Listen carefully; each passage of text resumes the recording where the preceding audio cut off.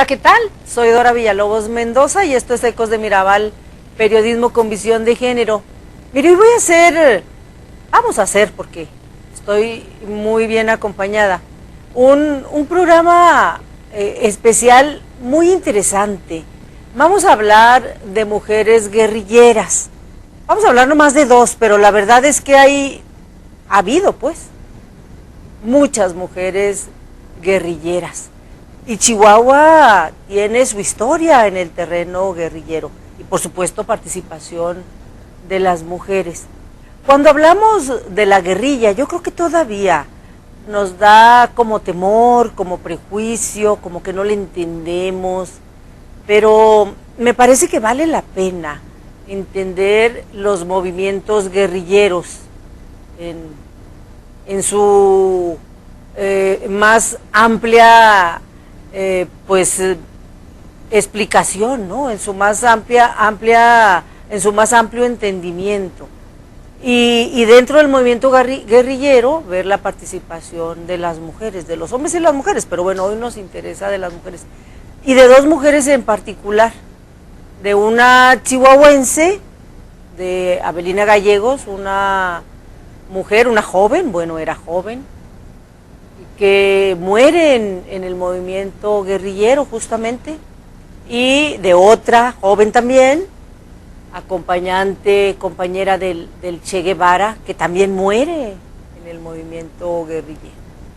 Bueno, para hablar de esto, y yo creo que se va a poner rica la plática, yo le agradezco mucho a Nitia Castorena. Ella es historiadora y recién escribió y publicó este artículo de Avelina y de Tania, que bueno, yo supongo, tú nos dirás, pero yo supongo que son personajes muy atractivos, ¿no? Para estudiarse, para analizarse, para investigarse y bueno, pues obviamente publicarse. Bienvenida, Nitia. Y tú, bueno, a mí me gustaría de entrada, yo te voy a ir siguiendo y te iré preguntando muchas cosas que seguramente me van a interesar, pero antes de que empieces con tu artículo en sí, a mí me gustaría que me comentaras tantito de por qué, cómo te interesas en el tema, por qué en este tema y también por qué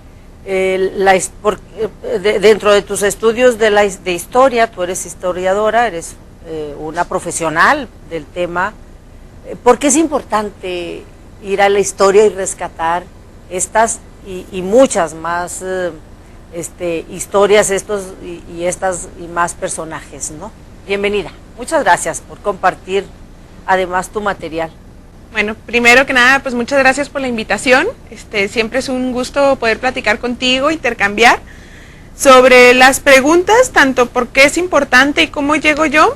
Yo llego, cuando estaba estudiando la maestría en historia, lo primero que conocí de ella fue como un poema que le escribió un compañero de ella, que él estaba en la cárcel después de que a ella la matan, y yo decía, ay, no puede ser que eso sea lo único que haya de ella.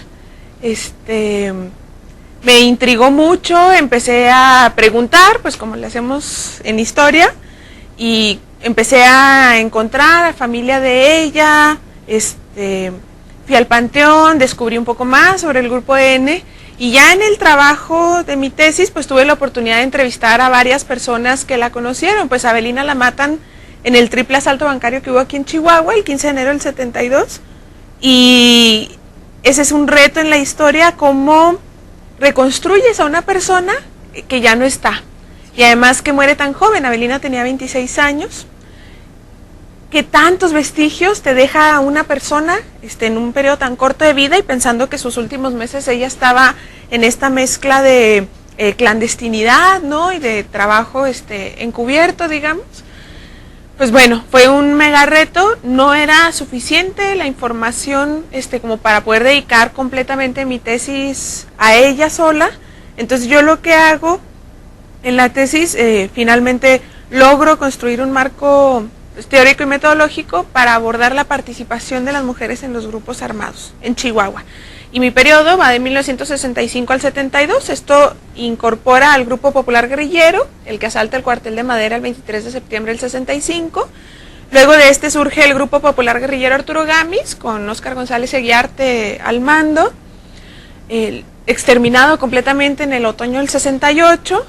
El MAR, que tenía unas células aquí, que era un movimiento nacional y movimiento de acción revolucionaria.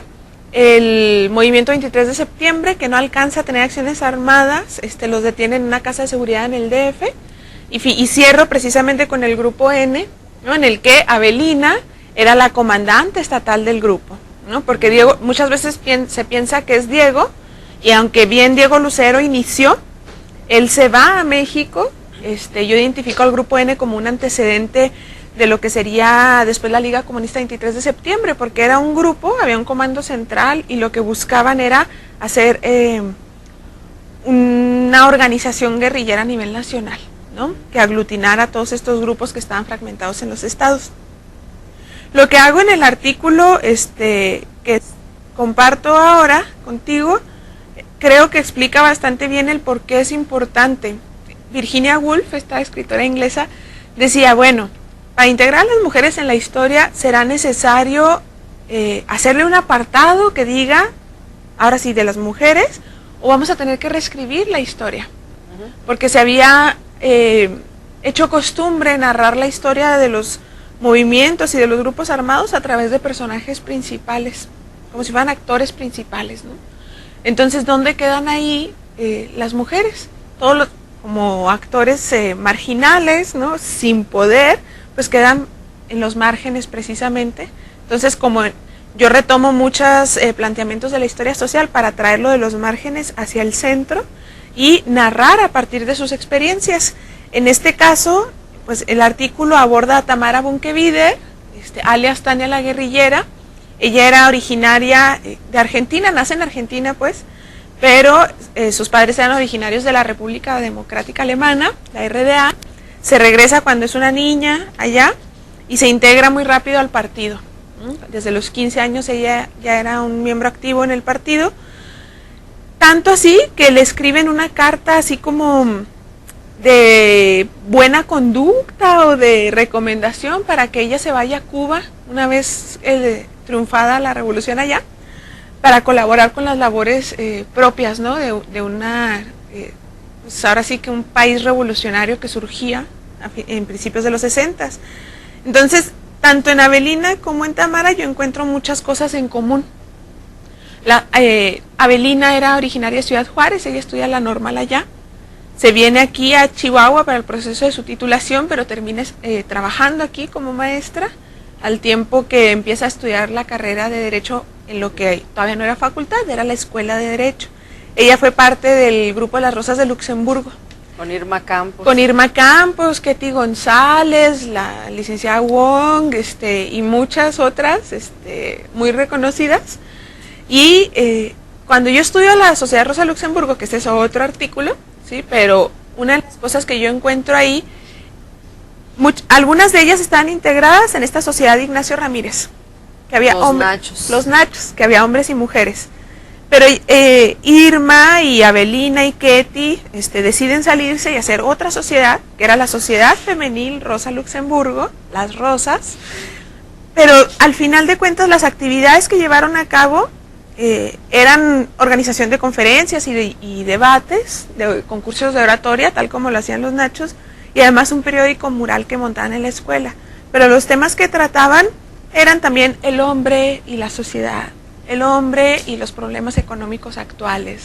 No eran tan distintos de los Nachos. Entonces, ¿qué era lo que impulsaba a que ellas se separaran para hacer actividades tan similares de este grupo? Bueno, Judith Butler dice que es precisamente la reivindicación del ser, ¿no? Cuando ella analiza el poder, eran ellas las que lo estaban haciendo ahora.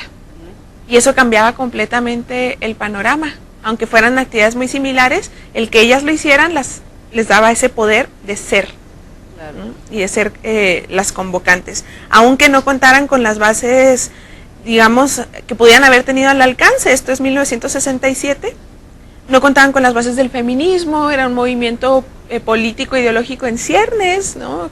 Desarrollando teoría apenas. Lo que tenían claro es que tenía que tener el nombre de una mujer. Y hay muchas de las entrevistas que yo hice que coinciden que pudo haber sido el licenciado Lugo, el que les dice, bueno, pues está Rosa Luxemburgo y es mujer y socialista, ¿no? Entonces por eso adoptan el nombre de ellas. Entonces lo que planteo en el artículo y que me parece que es una aportación que me interesaría mucho seguir discutiendo desde el campo de las ideas, sobre todo en historia, es cómo lo que tendríamos que rescatar para esta historia de las mujeres es su propia experiencia. Y el reto en el caso de ellas dos, que ambas mueren, es qué elementos tenemos para reconstruir esa experiencia. Que en el caso de Avelina, pues son las entrevistas a las personas que la conocieron, una carta que encontraron una vez que la mataron, y en el caso de Tamara hay más material, pues Cuba, el país se encarga de recoger todo lo que pudo. Tamara o Tania llevaba 3 años viviendo en Bolivia como agente encubierto para organizar la guerrilla que iba a surgir en Bolivia. Entonces había muchos informes y un diario que ella elaboraba muy concienzudo de todas las actividades que llevaba a cabo, porque ella estaba ahí con una fachada de etnógrafa. Y aparte, en el campo de la etnografía, resulta que el trabajo que ella hizo, fingido, digamos, ¿no? Pretendiendo ser una etnógrafa extranjera, es prolífico, porque ella documentó muchos de los bailes típicos y bailables en Bolivia. Mira, sí. En el caso de Avelina, que en tus entrevistas, en lo que tú logras rescatar, y ahorita nos ampliamos a todo el movimiento que tú investigas y la participación de mujeres, pero en el caso de ella en particular, desde tu visión, porque es que no tenemos otra, ¿no? Desde tu visión de historiadora, pero sí con investigación, con además la herramienta de la entrevista me parece que es muy noble, y a la gente que afortunadamente todavía hay personas que la conocieron. Se complica más cuando ya ni siquiera existen personas que la conocieron. De alguna manera es relativamente reciente, digamos, en lo que toca la historia, ¿no? ¿Cómo te la imaginas tú? ¿Cómo te imaginas a esta mujer? ¿Cómo la describirías? ¿Cómo la recrearías? Y en ideas, en posturas, en posiciones y en decisiones, ¿no? Pues yo creo que para ella era todo nuevo, ¿no? Alcancé a entrevistar a Irma Campos, antes de que falleciera, precisamente sobre Avelina, y ella decía, bueno, pues Avelina era muy seria y no se vestía muy a la moda, ¿no? Como parece que la que marcó ahí el paso también en la moda en la Escuela de Derecho era Irma, ¿no? Sí. Con las minifaldas, pero que Avelina no, que Avelina era muy reservada, así en su vestimenta, muy seria. Cuando yo ya estoy trabajando en las entrevistas, muere la mamá de Avelina, no la alcancé a entrevistar. Entonces, hermanos, no. Hay una hermana menor, una media hermana menor, que no pude contactar, pero que parece que no tuvo mucha relación con Avelina, porque son muchos años de diferencia entre ella y Avelina. Entonces, cuando ella era una niña, Avelina se viene a vivir ya acá. ¿De dónde viene? ¿De Juárez? De Juárez, sí. ¿Y acá vive sola o se viene con su familia? No, ella se viene sola. Se viene sola. Que eso ya es atípico, ¿no? De por sí en los 60s. Y aparte estudiar una segunda carrera, más atípico, porque ella tenía la normal y empieza aquí a estudiar Derecho. Una de las entrevistas que hice fue al licenciado Cepeda. Él era agente de previas, agente del Ministerio Público en previas, cuando ocurre el triple asalto. Y pues bueno, ellos pues prácticamente son de los primeros que llegan, ¿no? Fue el ejército el que sorprendió al comando en el que se encontraba Avelina.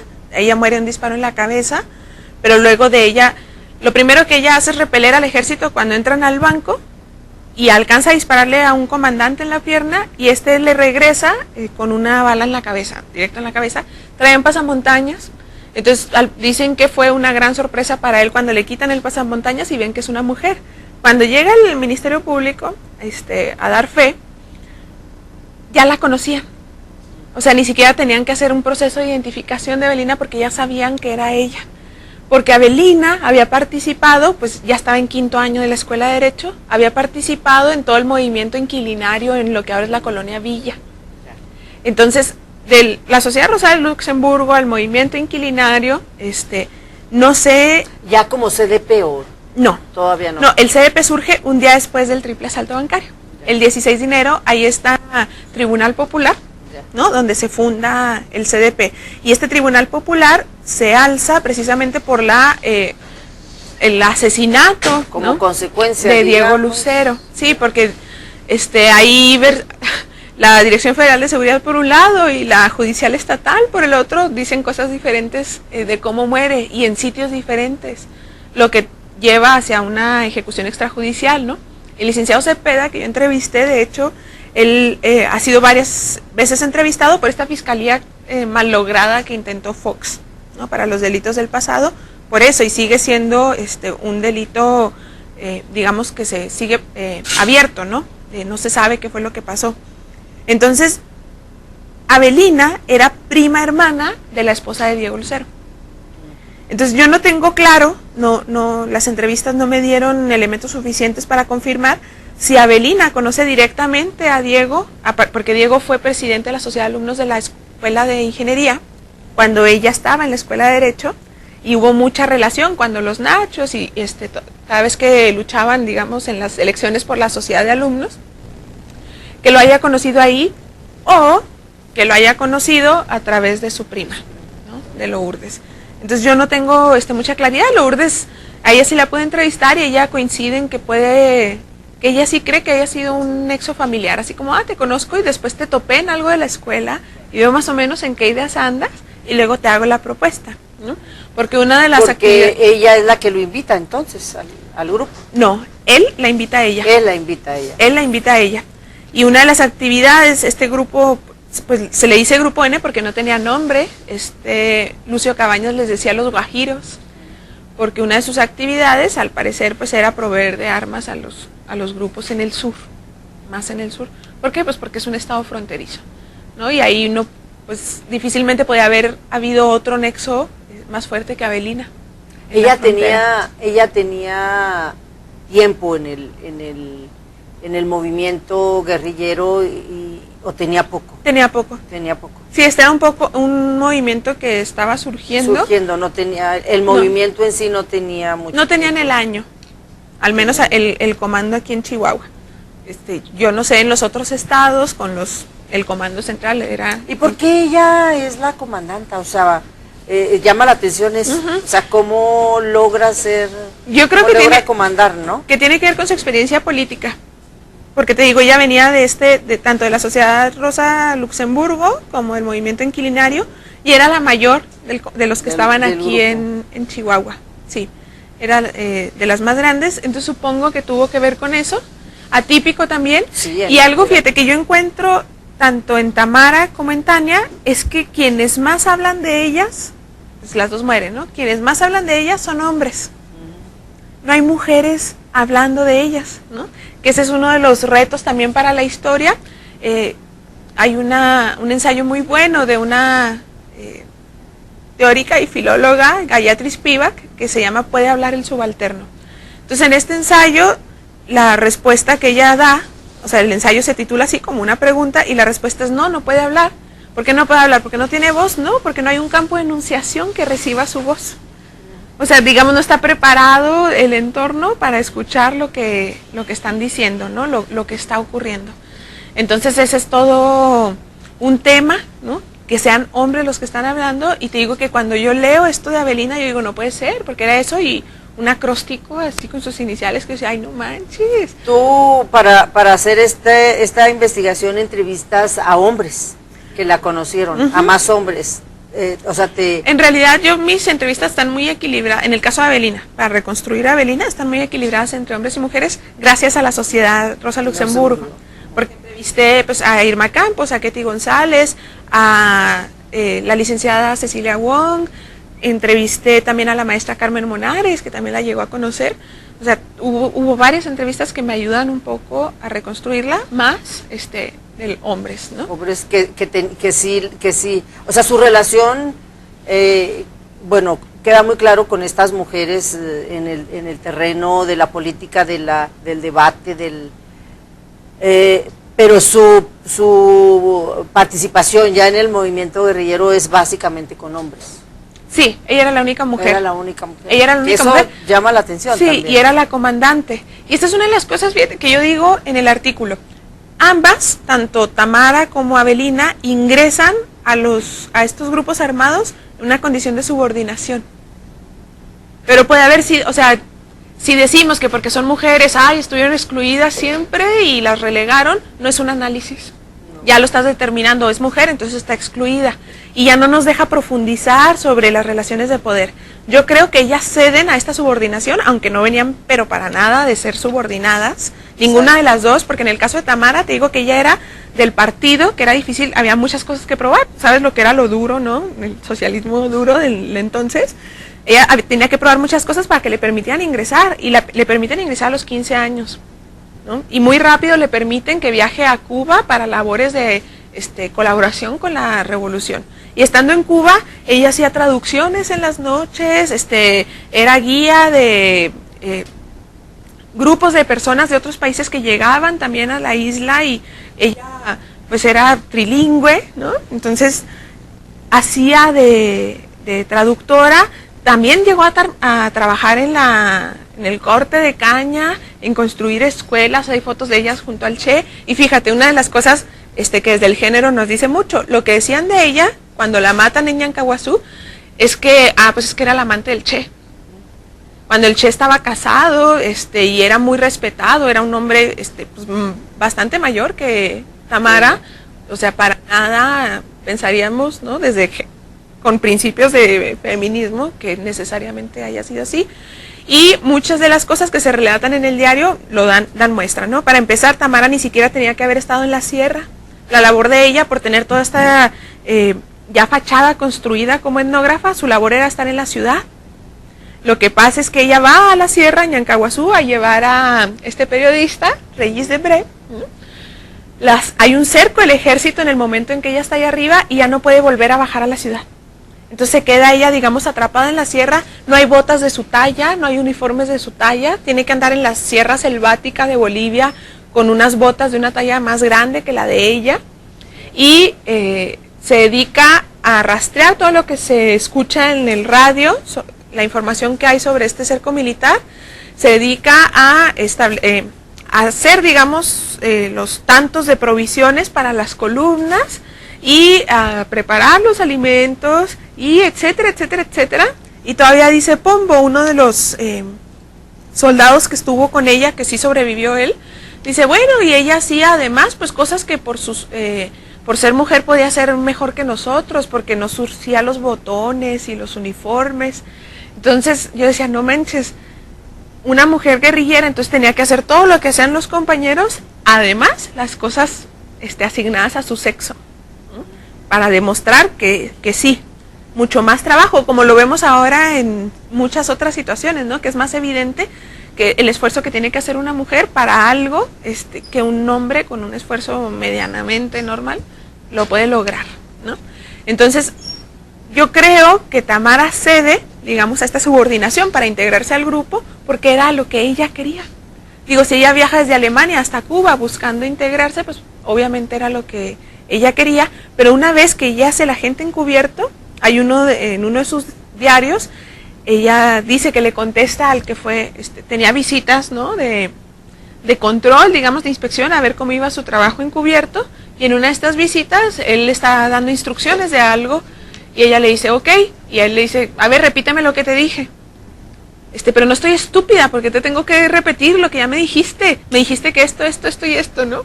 Entonces él dice, muy bien. Tamara se sobresaltó un poco, pero está bien, ¿no? Sí me contestó, sí estaba poniendo atención a lo que yo le estaba diciendo.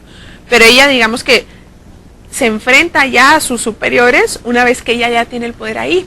O sea, obviamente ella se da cuenta que ella es el enlace en La Paz para todos estos departamentos y toda la logística, ¿no? De lo que se esperaba fuera otra revolución en América Latina, que no llega a tal, y es cuando se logra enfrentar. Igual creo que pasa con Avelina, ella entra en esta especie de subordinación, obviamente frente a Diego y a otros compañeros de él que eran parte del comando central, pero una vez que tiene el poder es ella la que dirige muchas de las operaciones de buzones, ¿no? Que era esto de pasar las armas y tener buzones en la sierra para cuando empezara la revolución aquí en México. Pero ceden, no es una cosa determinada, ¿no? De que ellas iban a estar subordinadas por ser mujeres, sino ceden y ya después toman el poder, ¿no? Digamos.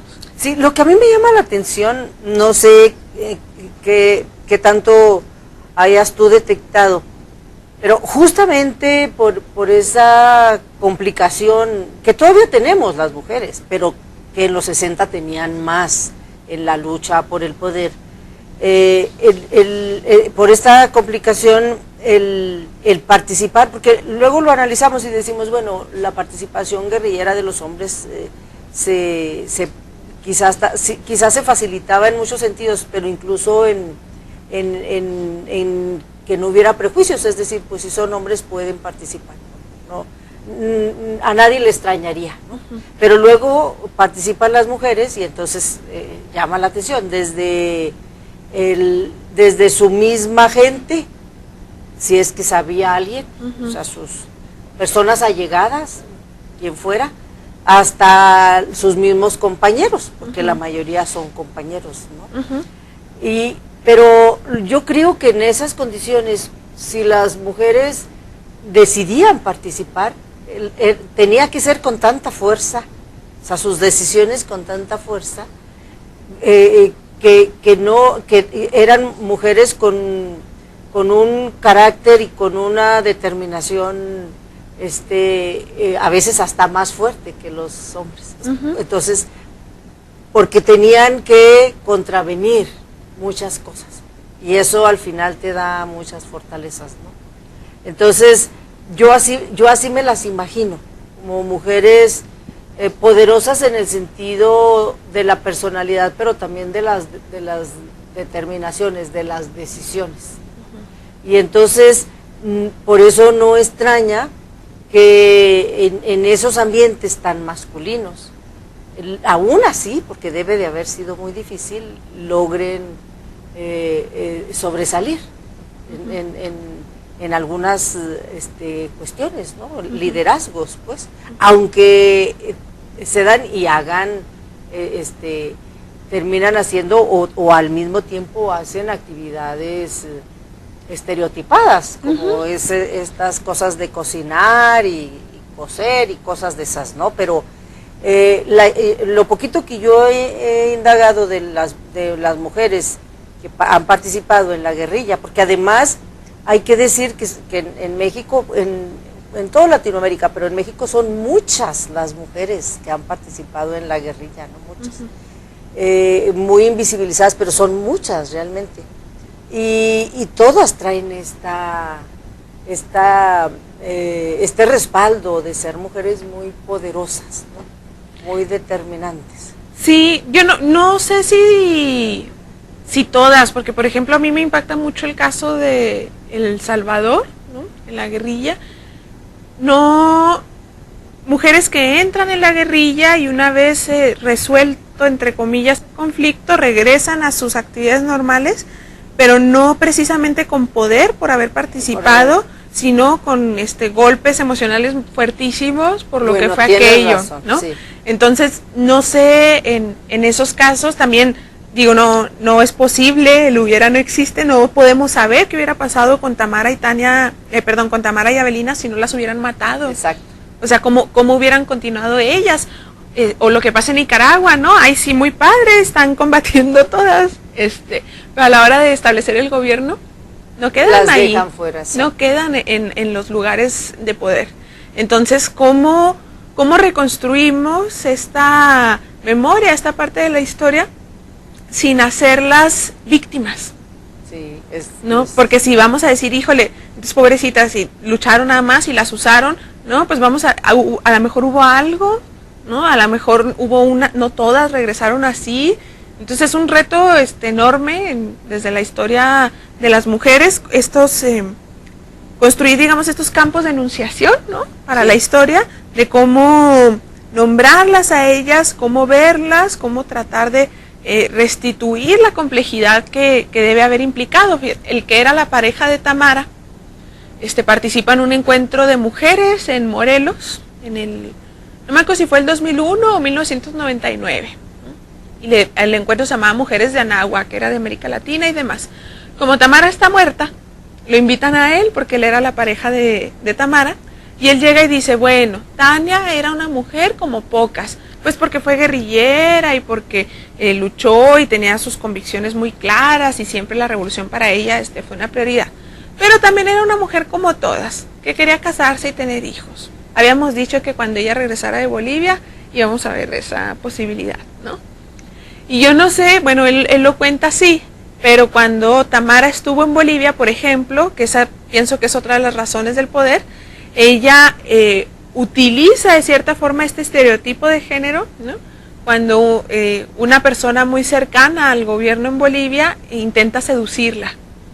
Entonces ella no le dice que no rotundamente, sino como, a ver, pero invítame a esa fiesta donde va a haber muchos comandantes y gente del gobierno de primer nivel, para poderlos empezar a ubicar. Exacto, porque era parte de su trabajo de inteligencia. Entonces, ¿cómo ella usa, digamos, este estereotipo para eso? Si él lo supo o no, pues yo ya no sé. Él murió hace unos años apenas. Pero digo, ¿cómo aún en quienes hayan sido sus parejas estaba esta idea, ¿no? Del como todas, o no sé cómo habrán sido sus relaciones. Te digo, este acróstico y este poema que yo encuentro sobre Avelina lo escribe un integrante de este grupo N, del mismo comando donde ella la matan, pero con una historia así de múltiples parejas en toda su vida, tanto en el Partido Comunista como en los grupos en los que se involucró, como etcétera, ¿no? Y él en sus memorias no tiene empacho en decir nombres y apellidos de las compañeras. Entonces yo no creo que la visión de él sea precisamente la Avelina, ¿no? La Avelina que fue. En su tumba su mamá mandó que dijeran a la licenciada y profesora, ¿no? Avelina Gallegos, y una de las frases que me parecen más conmovedoras que le dedica su mamá a ella es el pueblo no te culpa, ¿no? Descansa en paz, que el pueblo no te culpa, ¿no? Por esto que ella intentaba hacer, porque la mamá obviamente no sabía. Ahí pasa una cosa muy fea con un reportero que se da cuenta del asalto, se ocurre un viernes, y se va a Juárez y empieza a platicar con la mamá de Avelina, pidiéndole que le diga toda la información que pueda Avelina, y la mamá todavía no se había enterado de que habían matado a Avelina un día antes. Entonces la mamá le dice, no, pues mira, Avelina no se toma muchas fotos, no te puedo enseñar, no te puedo dar fotos de ella, pero está pero ¿por qué lo quieres hacer? Oh, no, estoy hablando sobre la escuela de Derecho. Entonces ella nunca la usa prácticamente para sacar información de Avelina, y esa foto que la mamá le da al reportero es la que sale en el periódico después, ¿no? Porque es una nota que tiene continuidad en varios días, porque impactó muchísimo a mucha gente, porque eran personas conocidas de aquí, ¿no? Los Rascón, ¿no? Que eran muy conocidos en la obrera y en la universidad y en la preparatoria, Pizarro, Rosendo Muñoz, ¿no? Con el negocio de su papá y también en la obrera, pues eran familias muy conocidas de la ciudad. Entonces impactó muchísimo la nota, y obviamente el asesinato de Diego Lucero, ¿no? Que también era un actor conocido, de la ciudad. Entonces tendríamos que tener cuidado, digamos, toda esta nueva generación de historiadoras e historiadores, de cómo reconstruimos a los subalternos, ¿no? Porque lo que queremos hacer es reconstruir la complejidad en la que vivieron. No deben haber sido decisiones sencillas. Exacto. ¿No? Cuando el mandato, pues tú imagínate los 60s, cuando el mandato para las mujeres era casarse y tener hijos. Tener hijos, sí. Litia, nos vamos a ir a un corte breve y regresamos con el cierre de la entrevista. Vamos a un corte. Pañales, cadenas, eslabones ancestrales. Regresamos, estamos en Ecos de Mirabal y estoy platicando con Nitia Castorena, historiadora, y tratando de recrear, de rescatar a este personaje tan importante, Avelina Gallegos, esta mujer joven de 26 años que muere en aquel triple asalto bancario del 72, cuando, pues, de acuerdo a lo que Anita encuentra, este movimiento guerrillero, este grupo guerrillero tiene poco de haberse creado acá en Chihuahua, y que bueno, hay que recordar que en los 60 se da un movimiento guerrillero muy amplio en el país, a nivel Latinoamérica, en el país, y bueno, Chihuahua no es la excepción. Ya viene, de hecho, ya había antecedentes guerrilleros en Chihuahua, muy importantes. Está el asalto del cuartel, que fue el 65, está justamente el siguiente grupo después, como una especie de seguimiento, digamos, a Madera en el 68 con Carlos González. Carlos González es, ¿sí? No, Armendáriz. Armendáriz, Carlos Armendáriz, sí. Y que bueno, muere súper jovencito Carlos, ¿no? 16 años. 16 años, y luego ya ahora, después en el 72. Pero, y bueno, por supuesto el movimiento en general es bien interesante, muy atractivo, pero en este caso llama la atención, y sobre todo que efectivamente no se había indagado gran cosa de Avelina. A mí me parece que por eso vale la pena tu artículo, vale la pena lo que hayas indagado todo, porque me parece que es también hacer justicia, ¿no? Porque de alguna manera se ha hablado mucho de los temas, pero siempre desde los hombres. Es decir, tú dices Diego Lucero y está en el colectivo, es decir, hay personas que quizá no saben qué hizo Diego Lucero. Hay una colonia que se llama Diego Lucero, es decir, es como, ¿no? Y está bien, mis respetos, porque debe de haber sido él un personaje masculino también muy importante, ¿no? Pero tú dices Avelina Gallegos y la gente te va a decir quién era, de qué. Me parece que en términos de justicia social, me parece que no hay tal justicia social, ¿no? Porque ella también tenía sus razones, sus aspiraciones, y al final le entregó su sangre en una lucha de mucha conciencia, ¿no? Sí, de lo que ella esperaba, y bueno, que ahí eso es toda una discusión, ¿no? Fidel Castro nos metió en un problemón a los historiadores cuando dijo la historia me absolverá, o me juzgará, y bueno, el caso de Klaus Barbie, judío, nazi, ¿no? También juzgado. No es no es la labor de la historia la justicia precisamente, pero cuando reconstruimos la justicia, estamos comprendiendo muchas cosas del presente, ¿no? Sí. Y otra cosa también, que sería horrible pensar que tienes que conocer la historia para que no se repita, porque entonces sería como darle... tener esta idea utilitaria de como los muertos, ¿no? Sí, así como, bueno, ya que se murieron y que pasó todo esto, ahora sí vamos a aprender de eso que les pasó para que no vuelva a pasar, que también estaría bastante pervertido, ¿no? Ahí el afán histórico. Yo creo que la vida de Avelina y de las que le antecedieron nos dan muchas pautas para comprender por qué Chihuahua, por ejemplo, ahora es un referente de los movimientos feministas en México, ¿no?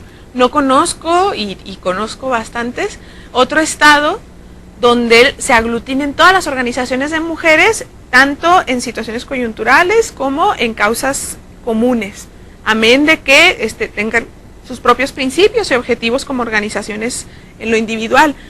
Creo que es precisamente de esto, ¿no? Así como si fuéramos una especie de nietas de la sociedad femenil Rosa Luxemburgo, ¿no? Este afán de ser sujetos, de hacer, ¿no? De tener, yo creo que eso es algo, pues obviamente no lo puedo asegurar, no es posible en la historia, pero yo creo que eso eran algo que tenía muy claro Avelina, lo que implicaba el ser sujeto, el tomar decisiones, ¿no?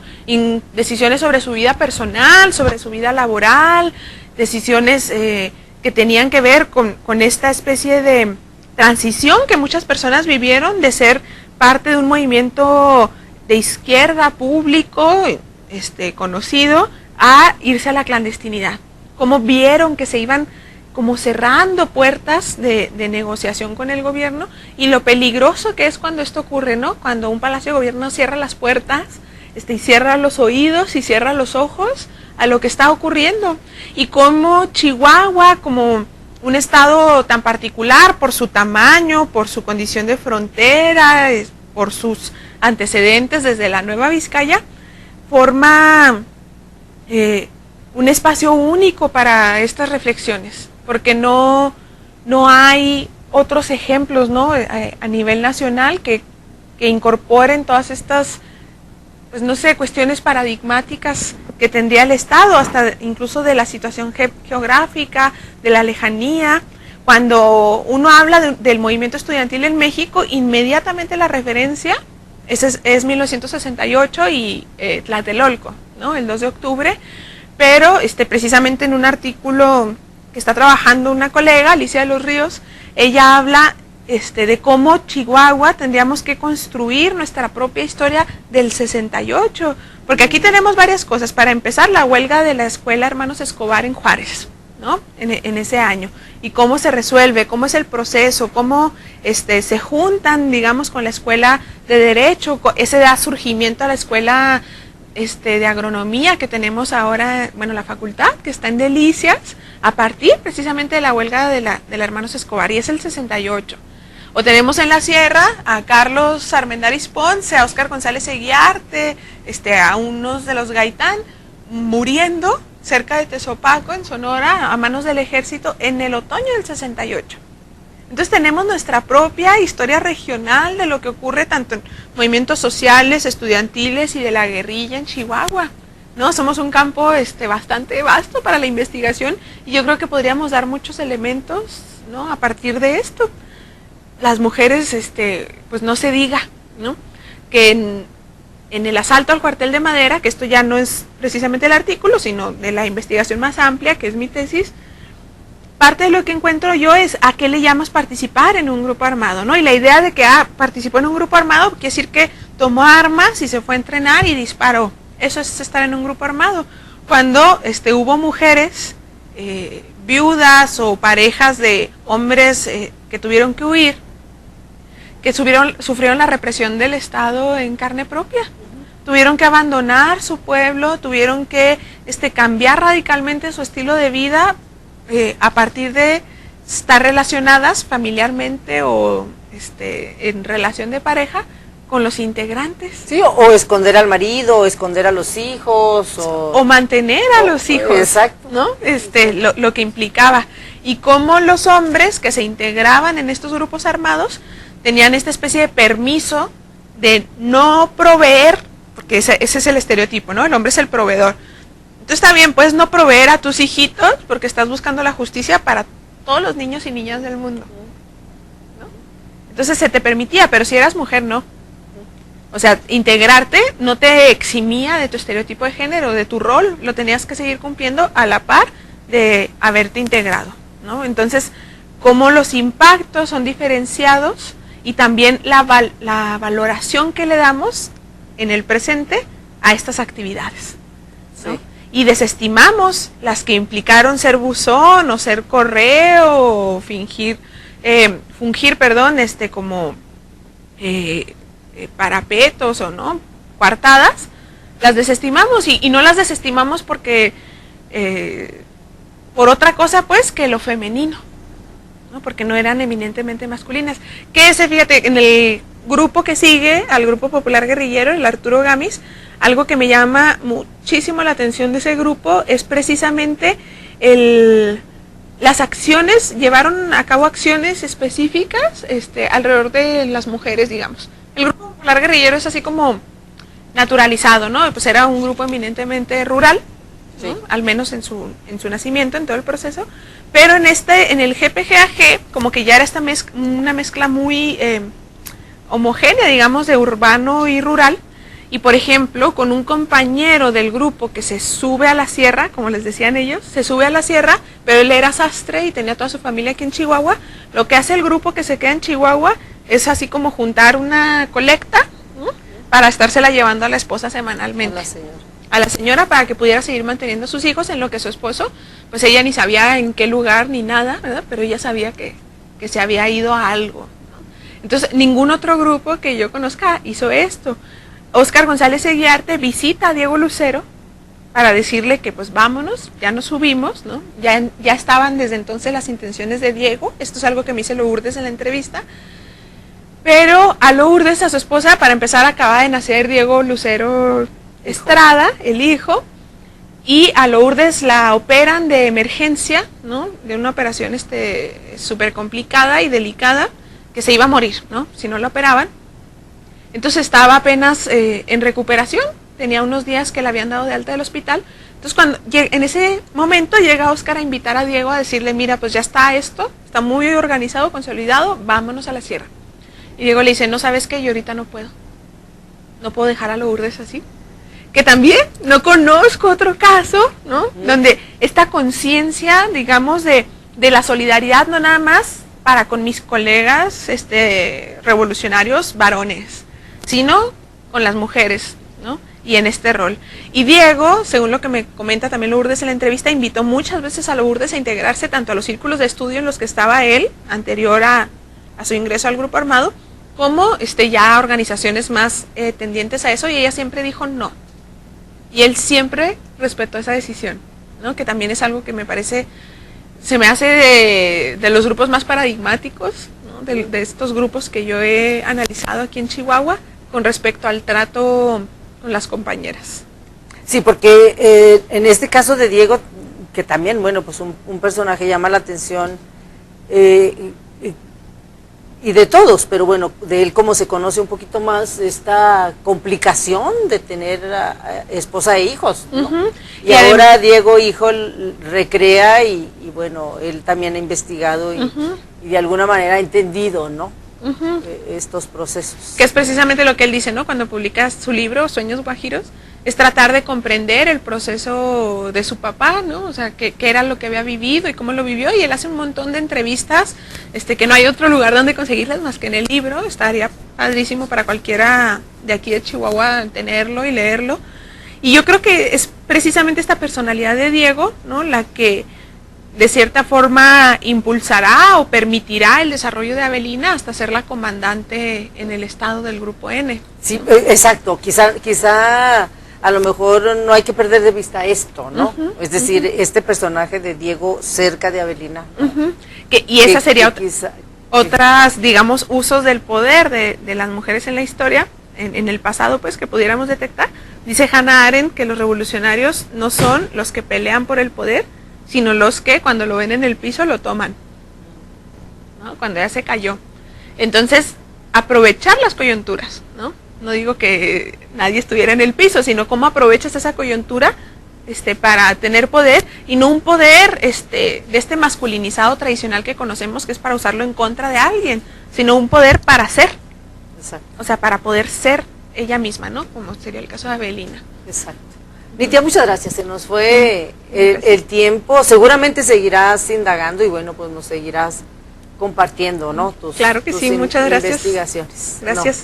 No, al contrario, gracias a ti, me parece que sí necesitamos y qué bueno que sea Chihuahua y qué bueno que sean mujeres en el tema que sea, ¿no? Porque hay mucho que indagar y que investigar. Me parece que es tierra fértil, Chihuahua, para investigar. Muchísimas gracias a todo el personal técnico. Jaime, como siempre, muchas gracias por camarear allá adentro, los demás compañeros, Alan, Dani, Ana Laura, que sí vino Ana Laura. Muchas gracias a Viviana en la producción y a usted que nos sigue en Ecos de Mirabal. Hasta la próxima.